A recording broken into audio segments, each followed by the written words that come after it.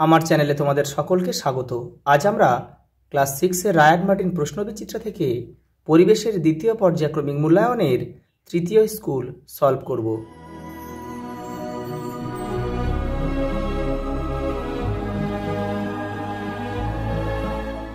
দেখো, প্রথম প্রশ্ন, জীবাশ্ম জ্বালানিগুলির মধ্যে সবচেয়ে কম পরিমাণ দূষণ ঘটায় প্রাকৃতিক গ্যাস।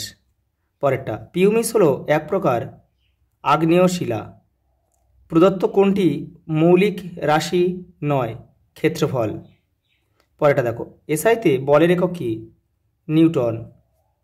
খাদ্য শৃঙ্খলে শক্তির উৎস হলো সূর্য। প্রদত্ত কোনটি সঠিক? দেখো এটা বিয়েরটা, চাপ ইন্টু ক্ষেত্রফল সমান বল। ফুসফুসীয় শিরা প্রবেশ করে বাম অলিন্দে। আমরা মাথা ঘুরিয়ে সহজেই এদিক সেদিক দেখতে পারি কি জন্য? পিভট সন্ধির জন্য। দেখো, প্রদত্ত কোনটি চৌম্বক পদার্থ নয়? অ্যালুমিনিয়াম। আর বাদবাকি এগুলো কিন্তু সবই চৌম্বক আকর্ষণ করে। তামার প্রধান আকরিক হচ্ছে কপার গ্ল্যান্স। ভর মাপার যন্ত্রের নাম সাধারণ তুলযন্ত্র। পেশির সঙ্গে হাড়কে যুক্ত রাখে টেন্ডন, আর হাড়ের সঙ্গে অপর একটা হাড়কে যুক্ত রাখে হচ্ছে লিগামেন্ট। পরের প্রশ্ন দেখো, দুয়ের দাগের শূন্যস্থান পূরণ করো। গাছের জমাট বাঁধা রজনের মধ্যে আটকে পড়া পোকার দেহকে অ্যাম্বার লাইট বলে। বেগ সমান দৈর্ঘ্য ভাগ সময়। গাছ থেকে ফুল তোলা হলো মনুষ্য সৃষ্ট ঘটনা। চাপের সিজিএস একক হলো ডাইন। হৃৎপিণ্ড থেকে রক্ত সারা দেহে যে নলগুলি দিয়ে যায় তাকে ধমনী বলে। পরেরটা দেখো, লোহার সঙ্গে সামান্য কার্বন মিশে ইস্পাত তৈরি করা হয়। কলকাতা থেকে দিল্লির দূরত্ব মাপা হয় কিলোমিটারে। পরস্পর খাদ্য সম্পর্কযুক্ত শৃঙ্খলকে বলা হয় খাদ্য শৃঙ্খল। জলের গভীরতা বাড়লে চাপ বাড়ে। শরীরের কোথাও কেটে গেলে অনুচক্রিকা রক্ত জমাট বাঁধতে সাহায্য করে। দেখো, 3 দাগে প্রশ্ন কি বলেছে? একটি বা দুটি বাক্যে উত্তর দাও। বর্তমানে বাসে ডিজেলের পরিবর্তে সিএনজি ব্যবহার করা হচ্ছে কেন? ডিজেল চালিত বাসের থেকে এর দূষণ অনেক কম। পরেরটা দেখো, তরল পদার্থের আয়তন মাপতে কোন যন্ত্র ব্যবহার করা হয়? মাপনী চোঙ। পরের প্রশ্ন দেখো, অভিকর্ষ বল কি জাতীয় বল? স্পর্শহীন বল। তড়িৎ শক্তি থেকে যান্ত্রিক শক্তিতে রূপান্তরের একটি উদাহরণ দাও। পাখার ঘূর্ণন। আমাদের নিঃশ্বাসে কোন গ্যাসের আধিক্য বেশি থাকে? CO2। নিঃশ্বাস মানে কিন্তু আমরা যেটা ছেড়ে দিচ্ছি, আর যেটা আমরা গ্রহণ করছি সেটাকে বলা হয় প্রশ্বাস। তাতে অক্সিজেনের পরিমাণটা বেশি থাকে। আলোর তীব্রতা মাপার এককের নাম হচ্ছে ক্যান্ডেলা। উদ্ভিদকে কেন উৎপাদক বলা হয়? নিজের খাদ্য নিজেরা তৈরি করতে পারে বলে এদেরকে উৎপাদক বলা হয়। মানুষের হৃৎপিণ্ডে কয়টি কুঠুরি থাকে? 4টি। 2টি অলিন্দ থাকে আর 2টি নিলয় থাকে। 2টি লব্ধ এককের উদাহরণ নাম লেখো। ক্ষেত্রফল আর আয়তন। রেললাইনের ধারের পাথর কি জাতীয় শিলা? আগ্নেয় শিলা। পরের প্রশ্ন দেখো, 4টা সত্য মিথ্যা। কোনো বস্তু যতটা স্থান দখল করে থাকে তাকে ওই বস্তুর ক্ষেত্রফল বলে। মিথ্যা, এটা আয়তন হবে। সৌরশক্তি রাসায়নিক শক্তিতে রূপান্তরিত হয় উদ্ভিদে। এটা সত্য। আমাদের মাথার খুলির ভিতর সচল অস্থিসন্ধি থাকে। এটা মিথ্যা। পাললিক শিলার উদাহরণ হলো চুনাপাথর। এটা সত্য। মহাধমনী বেশি O2 যুক্ত রক্ত বহন করে। এটাও সত্য। পরের প্রশ্ন দেখো, যে সমস্ত পদার্থ চুম্বক দ্বারা আকর্ষিত হয় তাদের চৌম্বক পদার্থ বলে।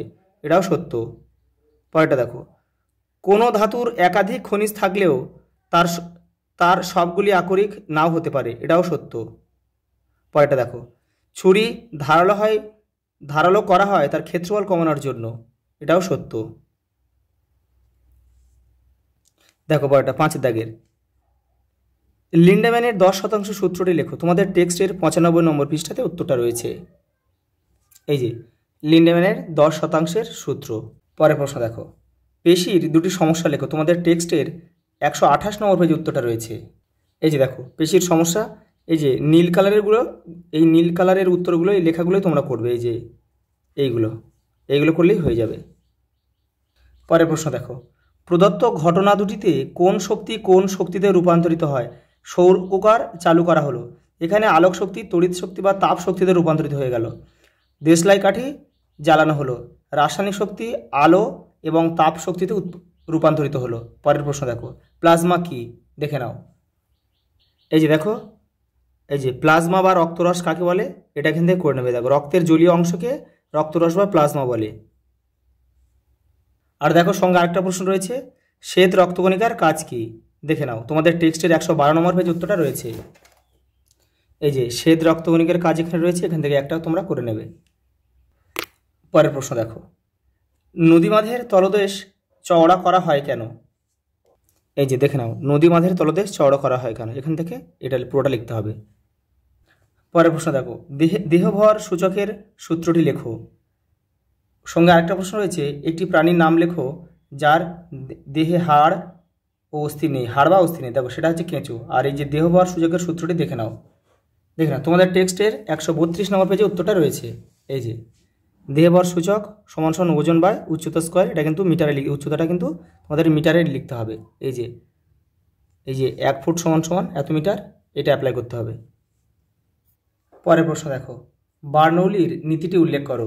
দেখে নাও, এই যে বার্নৌলির নীতি, যে স্থানে কোনো গতিশীল গ্যাস বা তরল বেশি বেগ নিয়ে চলে সেই স্থানে ওই গতিশীল গ্যাস বা তরলের চাপ কম হয়, এটি বার্নৌলির নীতি।